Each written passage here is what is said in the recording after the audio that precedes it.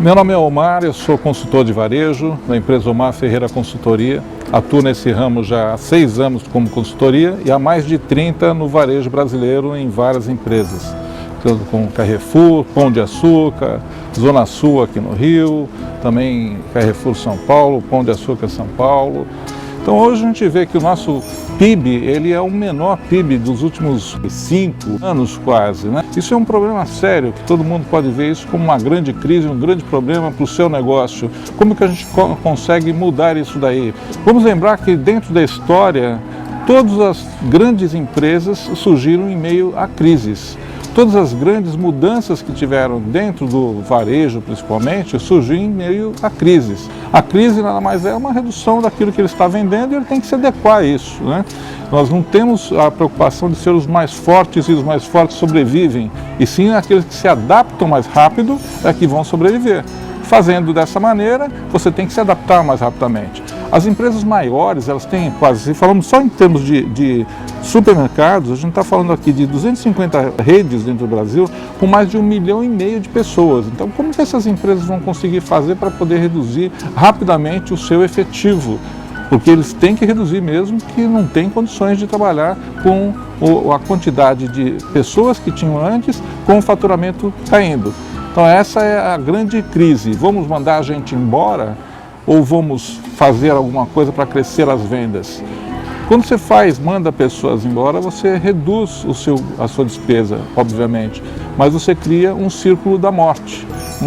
Menos gente, menor atendimento, o cliente mais insatisfeito e faz com que você tenha menos venda, você tem que mandar mais gente embora, tem uma hora que você vai fechar a sua loja. Então temos que lembrar que tem algumas coisas antes disso que a gente consegue trabalhar em termos de resultado imediato.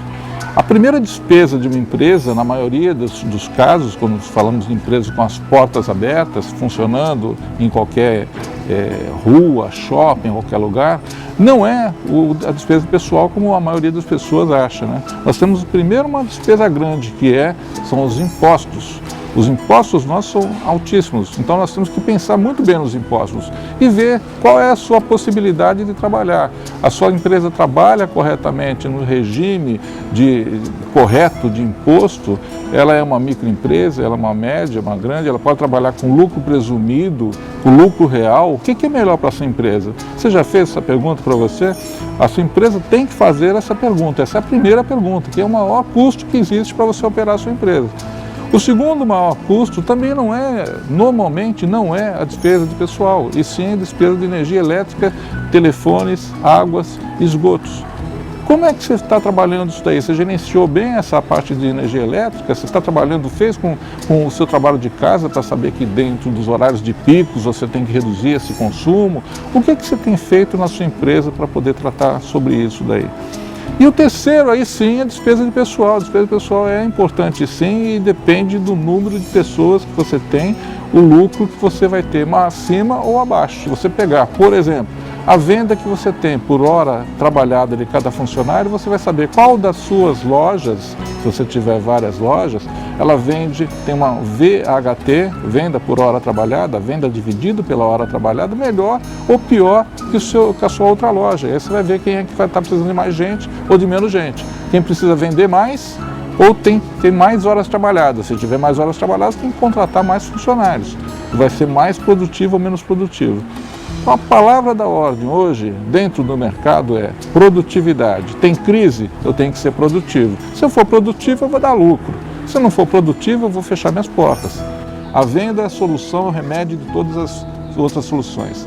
E o que é venda dentro do varejo? Venda é uma regra muito simples, é a multiplicação do número de clientes pela sua compra média.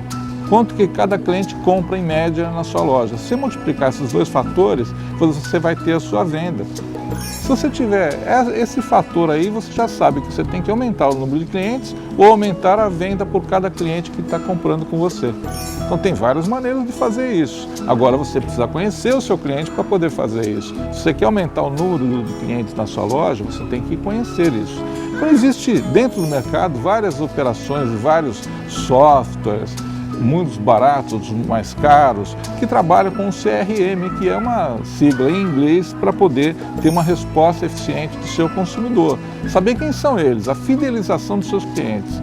Então, se você tem um cliente que é importante para você e você conhece esse cliente, você vai conseguir novos clientes e fazer com que essa venda cresça dentro do seu negócio. Se você não sabe quem é o seu cliente, você vai dar tiro para tudo quanto é lado. E hoje em dia, você tem que apostar em marketing, você tem que ter mais publicidade, porque está todo mundo procurando o seu cliente. O seu cliente está sendo disputado. Se você não tiver criatividade, você não vai fazer com que o cliente escolha a sua loja. Já teve uma rede, que era o Pão de Açúcar, que lançou, uma época, uma especialização de café. Ele queria ser especialista do café na bandeira Pão de Açúcar no Brasil todo.